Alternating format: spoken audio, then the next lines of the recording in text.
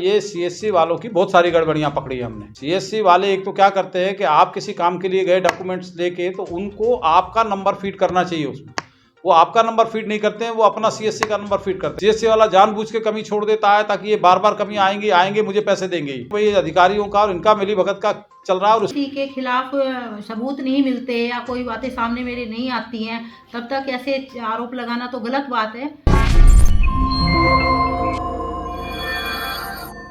नमस्कार, आप देख रहे हैं दैनिक साथी हरियाणा। रेवाड़ी नगर परिषद को विपक्ष ही नहीं, सत्ताधारी पार्टी के नेता भी मौका मिलते ही घेरने में कोई चूक नहीं करते हैं।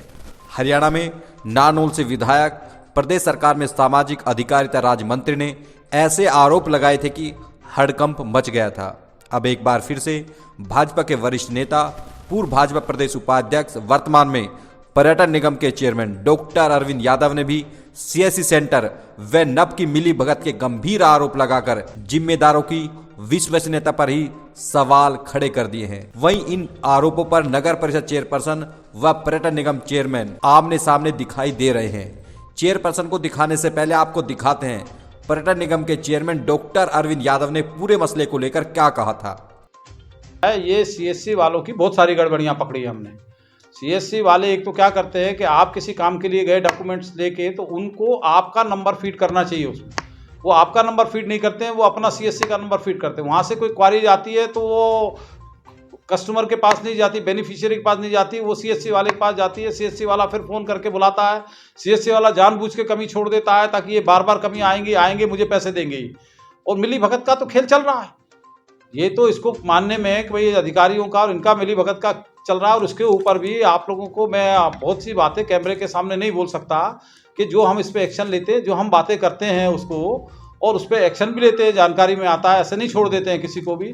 जितनी बातें संज्ञान में आती हैं उनको तुरंत प्रभाव से जो है हम अपने तरीके से निपटाने का और उसको ठीक करने का प्रयास करते हैं। आपने देखा किस तरह से डॉक्टर अरविंद यादव ने गंभीर आरोप लगाए हैं। वहीं नब चेयरपर्सन पूनम यादव ने यादव के सभी आरोपों को सिरे से खारिज कर दिया और कहा कि यदि ऐसा है तो सबूत दे। अब आपको दिखाते हैं पेमेंट अप्रूवल कमेटी की बैठक के बाद सोमवार को पार्षद चेयरपर्सन पर शहर के मुख्य बाजार में टाइल की रोड बनाने से लेकर अन्य मुद्दों पर किस तरह से गंभीर आरोप लगाते हुए दिखाई दिए।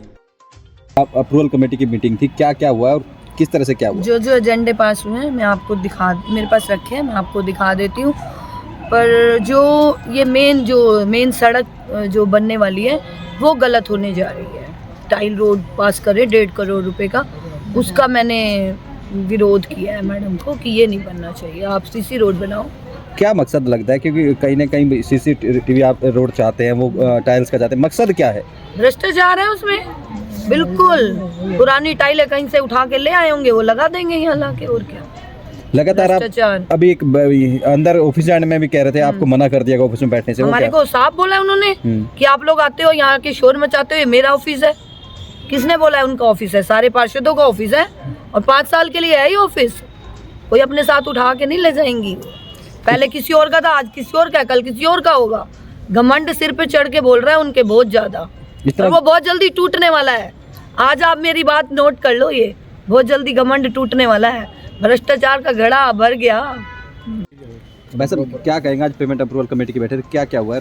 देखो, पेमेंट अप्रूवल कमेटी की बैठक थी आज, और पेमेंट अप्रूवल इलेक्टेड जो सरकार की तरफ से जो चुनी गई है, जिन इंस्ट्रक्शन पे इनको चुना गया, रंजना भारद्वाज जी को, इनको भी नहीं पता रहता कि उन पेमेंट कमेटी में किन किन के बिल रखे जा रहे हैं। पहली बात तो जांच का विषय ये है कि किसके पर्सनल इंटरेस्ट पे ये बिल रखे जाते हैं। और जो ठेकेदार, मैं आपको यहीं बता रहा हूँ, नगर परिषद में घूम रहे हैं, जिन्होंने 3-3 साल काम करे हुए पैच वर्क का कर रखा है, 31 वार्ड के पार्षदों ने उनको सेटिस्फाई रिपोर्ट दे रखी है, उनके बिल नहीं हो पा रहे। किस वजह से नहीं हो पा रहे? और सबसे गंभीरता की बात एक मीटिंग में निकल के आई है, चेयरपर्सन द्वारा बताई गई, डीएमसी साहब द्वारा बताई गई कि रेवाड़ी जो मेन बाजार है मोती चौक का, उसको नगर परिषद 1.5 करोड़ रुपए की लागत से टैल का बनाने जा रही है। अगर टैल का रोड बना तो रेवाड़ी का सत्यानाश हो जाएगा। इसमें भी मैं आपको बता रहा हूँ घपला मिलेगा। सीसी रोड बाजार में डलना चाहिए, नहीं तो व्यापारियों का विरोध होगा, और व्यापारियों के साथ हम पार्षद जो हम इस हक की लड़ाई को लड़ रहे हैं उनके साथ खड़े रहेंगे। सीसी रोड बनेगा तो व्यापार की बाजार सुधरेगा अगर टैल का रोड बना, उसमें भ्रष्टाचार होगा और बहुत बुरा हाल बाजार का हो जाएगा। बाजार की सड़क का प्रोजेक्ट तो करीब 1.5 से 2 साल पहले ही बन चुका था, उसका बजट वगैरह सब चीजें हो चुकी थी, अब कहाँ गया है? हमारी इस बारे में पेमेंट कमेटी की जो मेंबर है रंजना भारद्वाज जी, उन्होंने भी काफी जिद बहस हुई है। चेयरपर्सन से हमने कही है अगर बाजार का रोड टैल का बना तो उसका हम खुले में आके विरोध करेंगे। आप ये मत कहना कि इन पार्षदों का विरोध करना, क्योंकि हमारी कहीं ना कहीं कर्तव्य बनता है कि शहर को स्वच्छ और सुंदर बनाना हमारा फर्ज है। जो पार्षद भाई हमारे नहीं बोल रहे उसका मतलब नहीं कि हम भी शहर की आवाज़ नहीं उठाएंगे, और हम जोर शोर से शहर की आवाज़ उठा रहे हैं और हम इसका खुलकर विरोध करेंगे अगर टैल का रोड बना। बहुत सारे प्रोजेक्ट ठेकेदार काम छोड़ के भाग गए हैं बीच के अंदर, उनकी पेमेंट। तो मैं आपसे यही कह रहा हूँ, अब भी मैं लड़ाई लड़के आया हूँ, डीएमसी साहब से कहिए, चेयरपर्सन से कहिए, पर चेयरपर्सन का रवैया मुझे समझ में नहीं आ रहा।